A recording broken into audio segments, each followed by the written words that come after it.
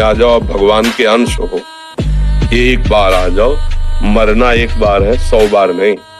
ध्यान रखना, 100 बार नहीं मरना है, एक बार मरना है, और वो निश्चित समय है। कोई बिना समय के मार नहीं सकता। यदि ब्रह्मचर्य के साथ खिलवाड़ करोगे तो जीने लायक नहीं रहोगे।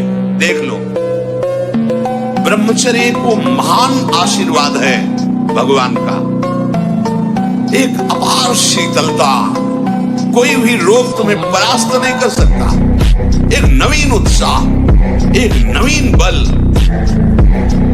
तुम्हें कहीं झुकने नहीं देगा। सोचो, जिसके निकलने में तुम सुखानुभव करते हो, उसको रोकने में कितना महान सुख होगा। अंगद ने कहा, तुम जिसे बार बार बार बार मनुष्य कहता, मैं उनका क्षुद्र दूत हूं रावण, देख मैं राम का दूत हूं, तेरी सभा में कोई पैर उठा दे ऐसा वीर नहीं पैदा हुआ। नेत्र का ब्रह्मचर्य, जो नेत्र किसी को भी देखकर भोग कामना कर लेते हैं, भोग बुद्धि से देखते हैं वस्तु को, व्यक्ति को, किसी को भी, ये नेत्र से बेविचार हो रहा है। आपको वो चीज नहीं देखनी, वो बात नहीं पढ़नी, वो दृश्य नहीं। श्रीमद् भागवत में वर्णन है, कोई पशु पक्षी भी मैथुन कर रहा हो, अचानक दृष्टि गई तो मानसिक प्रणाम करके दोबारा दृष्टि नहीं जानी चाहिए।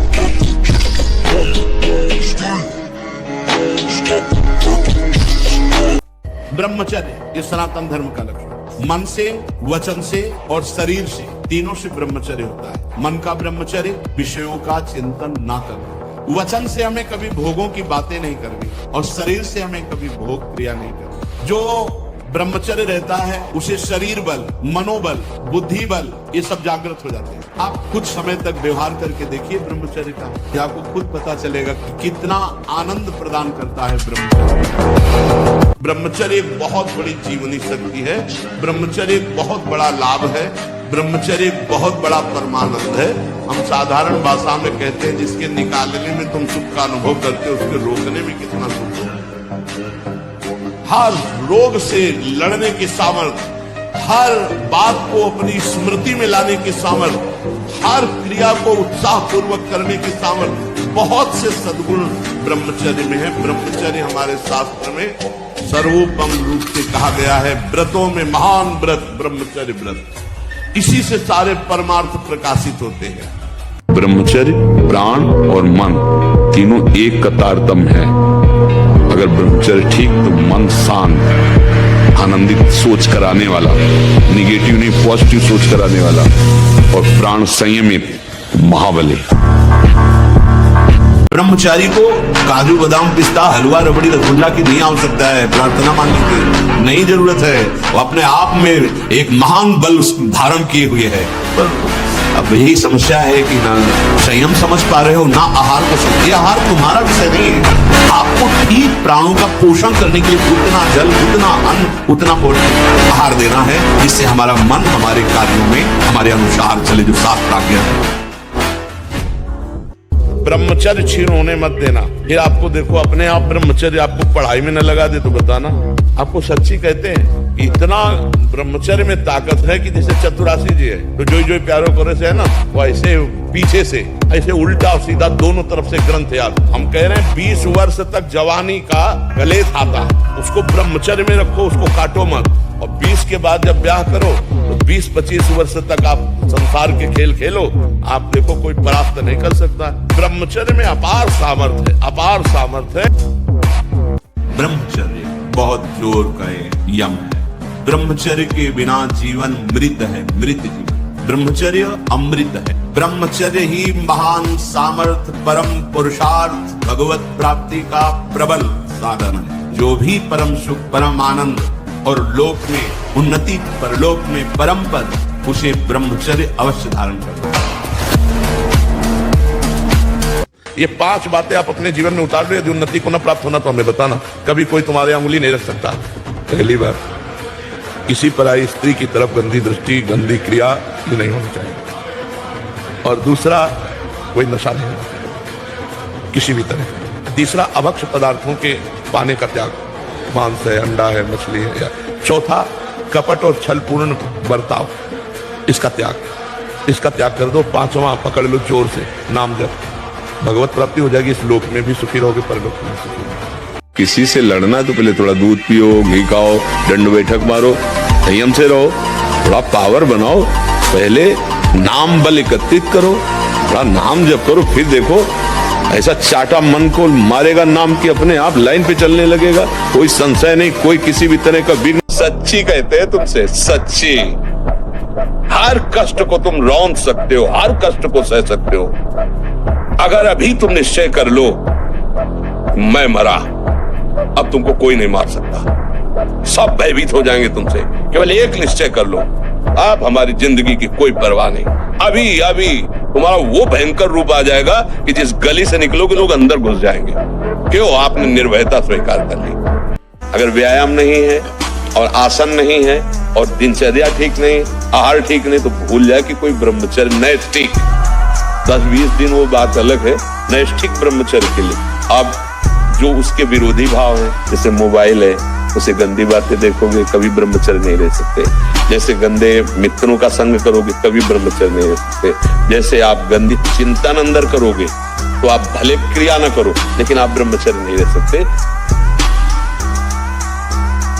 अब आप बताइए कि जीवनी शक्ति वीर्य, जो एक मन अन्न खाने के बाद एक बार बच्चा पैदा करने की सामर्थ्य वाला वीर अंदर आता है, और हमारे कहीं वीर की थैली नहीं है, कहीं भी नहीं है। जैसे पित्त की थैली होती है, ऐसे वीर की थैली थोड़ी है। एक मनोवाह नाड़ी है, वो रक्त की मथानी है।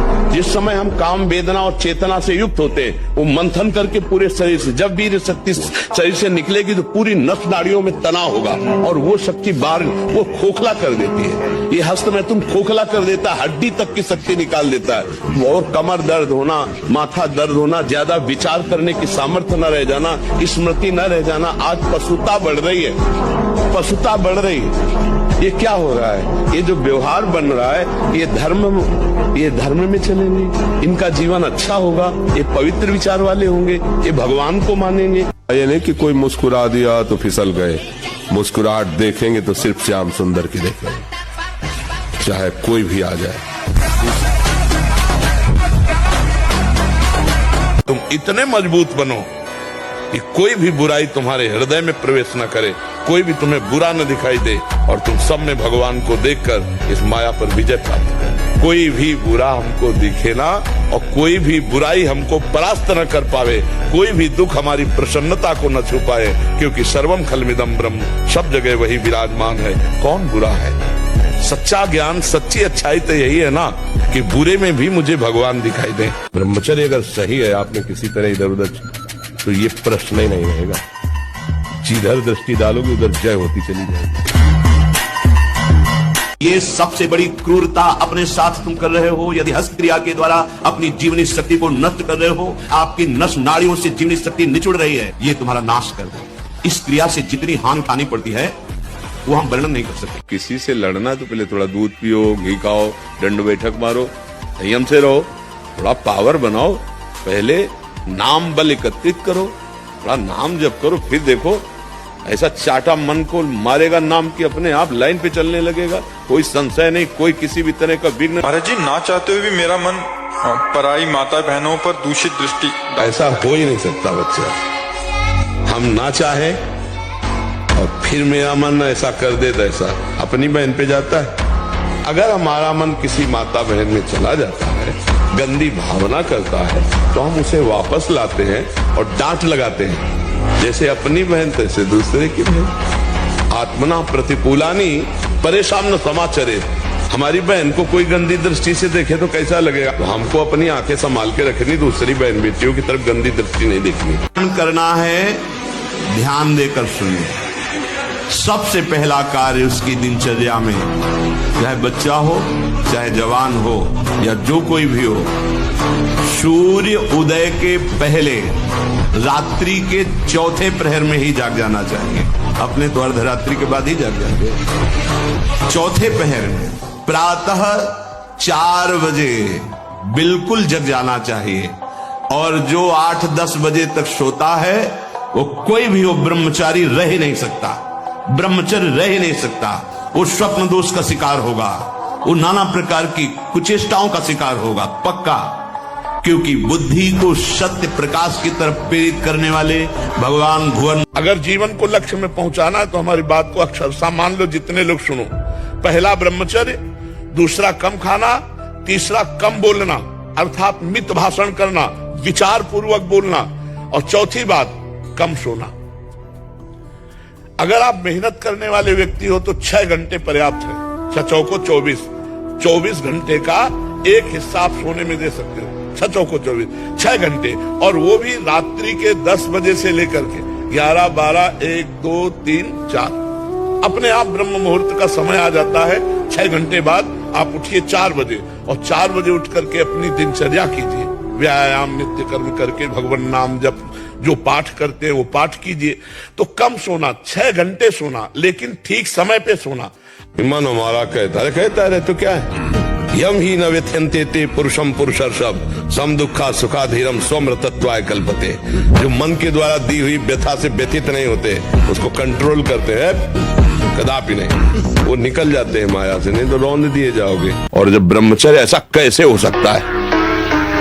बल है ना, अध्यात्म बल, शारीरिक बल की बात नहीं कहते, ऐसा कैसे हो सकता है? यदि एक बार ऐसा हुआ तो 1000 बार मैं प्रयास करूंगा और इस पर विजय। वो मतलब जिद्दी स्वभाव, एक निष्ठा उसी से आती है, उसी से। पहले खेती जोतते थे ना किसान, एक पार वाला होता था और पूरे खेत को उसी से जोतला है, बलवान होते। 2 लीटर मठा और 8 रोटी पाए, बैल की जैसी ताकत। अगर बैल को नाक पकड़ के रोक ले तो वो वही खड़ा हो जाए।